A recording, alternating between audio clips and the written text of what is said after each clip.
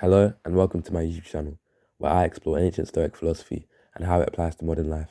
Please do me a favor, like the video and subscribe to the channel, it means a lot. Today I'll be covering the place where Stoicism was first taught, named Stoic in Greek or in English, otherwise known as the painted porch. I'll split this into 4 clear sections. The first section going over when the Stoic was built, where it was built and why it was built. To summarize, the first section will be to give you contextual background of this iconic place. The second section of this video will be the impact it had on Stoicism and philosophy in general. In the third section, I'll be showing how it connects to this YouTube channel and why I chose this name over another name that could be easier to search for or remember for viewers. Lastly, in the fourth section, I'll give you a summary with practical Stoic advice you can apply to your own life related to this topic. Sources and primary text referenced in the video will be linked in the description. If you have questions, drop them in the comments or do my best to reply. Let's start with section 1. The Stoic was built just after 460 BC inside the Athenian Agora, which is inside the capital of Greece. Before the painted porch became a hub for anyone to learn Stoicism, it was very unique. It was built as a major public, commercial and artistic centre. It was designed as a grand shaded public walkway featuring famous paintings of Greek military victories, like the Battle of Marathon, to commemorate Athenian pride and provide a social gathering spot. A few years after 460 BC, a person named Zeno, who was born in Cyprus, had a shipwreck whilst close to Athens. The ship he was on carried purple Tyrian dye. This dye was extremely valuable, manufactured in Cyprus from fermented sea nails, and widely used to dye the clothing of royalty and the wealthy. Zeno stayed in Greece for the rest of his life. However, when he first got in Greece, he studied under various philosophical schools, such as the Cynics or Platonists, and was intrigued by philosophy. However, not fully satisfied with what he had learned, in the year 300 BC, he began teaching in the Stoic to ordinary citizens in Greece.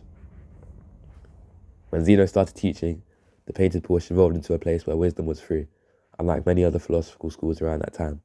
One of the main reasons it wasn't a private school is because Zeno had lacked the funds to buy a private building or a sum of land.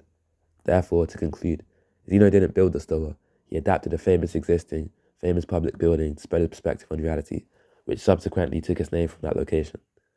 Section 2. The impact on Stoicism and philosophy. This one building had many impacts on Stoicism and philosophy in general throughout history. The Stoic gave Stoicism its name, which derived from the Stoa, cementing an ethos of public engagement, transparency, and philosophy in the open, in contrast to the private, exclusive schools of the academics or peripatetics. Furthermore, it had the depth, practical ethics, because Zeno and other future Stoic teachers at the building, such as Chrysippus and Cleanthes, taught in a busy, chaotic marketplace. Early Stoic teachings were aimed at fostering resilience, virtue, and tranquility amid the hustle and unpredictability of daily life, rather than in an ivory tower. Due to the fact there were paintings and mythical scenes, these visuals around the building likely influenced the branch of metaphysics within this philosophy of cosmopolitanism, or in other words, the universe being a living organism we are all part of in different ways. Stoicism didn't just evolve or benefit from this 150-foot-long open-fronted building, but philosophy as a whole did in different ways. The most prominent way being it defied the odds of what a philosophical school should look like. It made wisdom accessible and influenced kings of the Roman Empire like Marcus Aurelius, and even led to now this YouTube channel, which has the potential to help millions of people around the world benefit from this philosophy. Section 3. How it connects to my YouTube channel and why I chose this name over anything else. You might be wondering why I choose this awkward name for a YouTube channel. The reason for that is for the simple fact so many similarities seem to appear between the actual ancient Stoa, Bukile, and my YouTube channel. And no, not just the name, but the fact I'm making wisdom accessible, just how Stoics taught and debated for free and not in lavish private buildings. Lastly, to signal and show appreciation on the depth of Stoicism, like metaphysics, logic, and ethics. Yes, this name may be harder to type in the search bar. However, if you are subscribed, you wouldn't have that issue anyways. However, on a serious note, I do want to bring Stoicism back to its authentic roots and help others live, not through evangelization, but logically showing the fundamental nature of reality. So, now to wrap up this video, leaving on section 4, and to give you some practical advice, these are the main things you should take away from this video. First, the Stoic was a public space. Philosophy wasn't hidden in a library, it was where people walked, talked, and lived. So apply Stoicism where you actually are, in conversations, in challenges, in your daily routine. Second, it was called the Painted Porsche because it had artwork showing famous battles. The Stoics believed life is a kind of battle, not against other people, but against false judgments, impulses, and distractions. Every day you walk through your own painted Porsche. Third, anyone could walk by and listen.